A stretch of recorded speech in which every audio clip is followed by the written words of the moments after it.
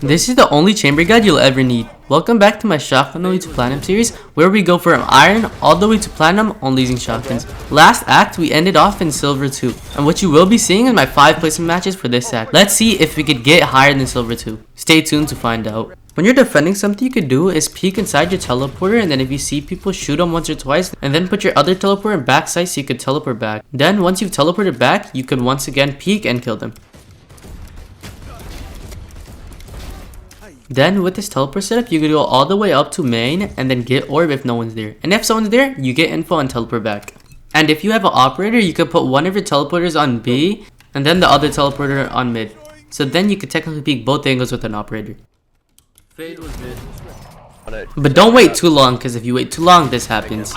And if you're wondering where you could put your alarm bot, for B you could put it right behind this, because really no one checks in. Even if they do, you'll find out.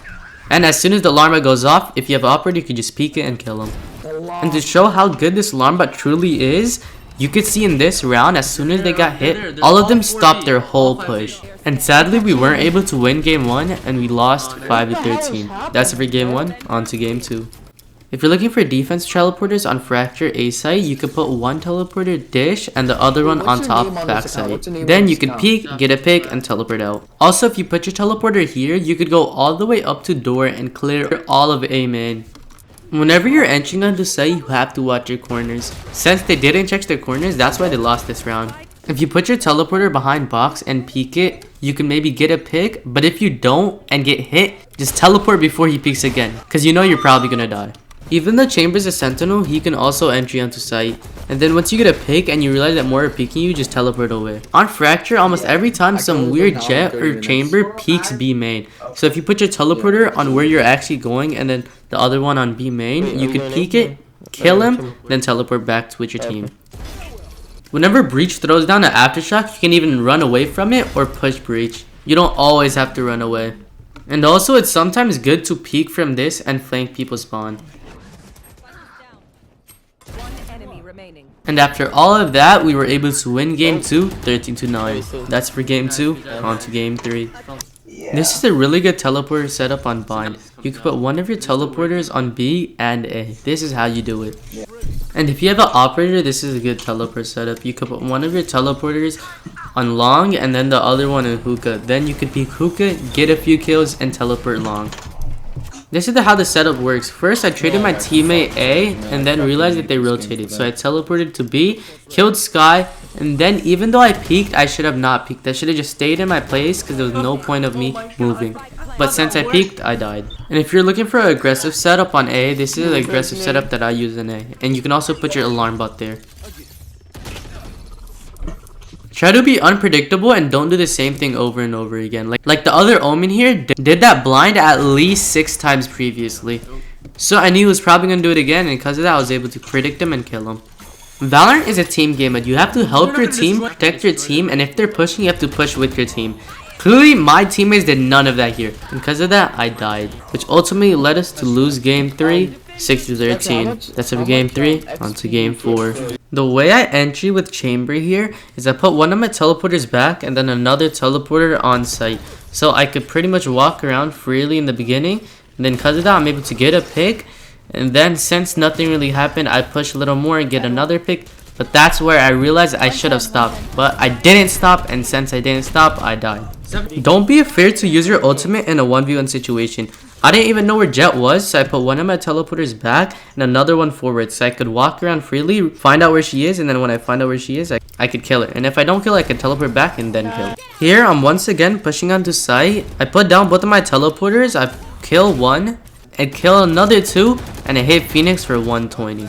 And then it was a 3v2. My teammates knew that Phoenix had a shotgun and was 30 HP. But even though they knew that, they kept on pushing it.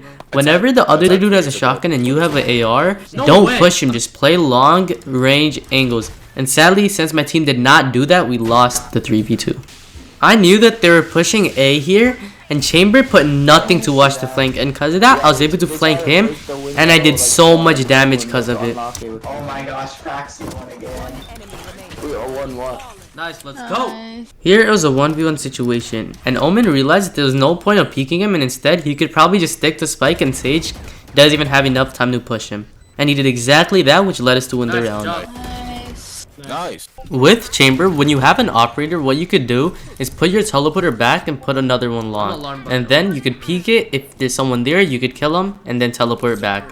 I don't know why I even need to say this, but make sure you guys pick up Spike. For some reason, their whole team pushed onto A site, but they didn't even have Spike. And because of that, I just held this angle with an operator and won the round for us. I don't know, I'm just saying if he does, I'm hiding in a corner.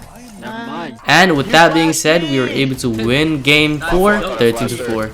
That's it for game 4, on to game 5. Once again, make sure that no one can flank you. Like, I was able to flank this round, and because of that, I was able to kill 3 people and win us the round.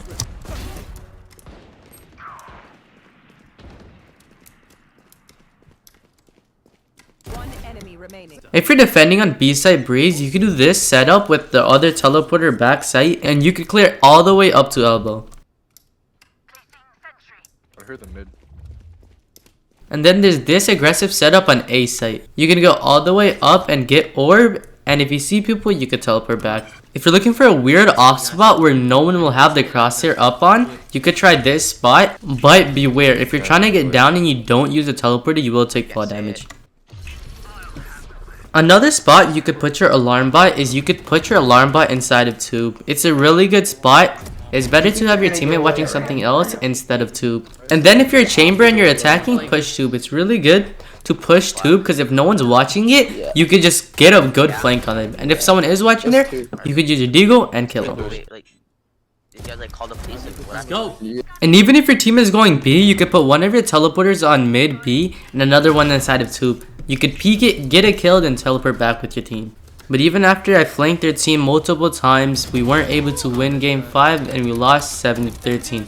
That's for game 5 and all the games. Then after playing all 5 of those placement matches, we were able to get silver 2. Stay tuned because I do upload 3 times a week, so you guys will be seeing me getting to platinum 1 probably before the end of this act.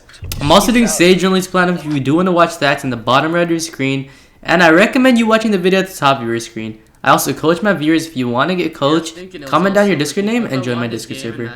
And lastly, if you have any questions or just want to watch me play live, I stream right here on my YouTube. Yeah, that's pretty much it, guys. If you learned something new or enjoyed, turn on post notifications and subscribe since we're so close to 1,300 subscribers.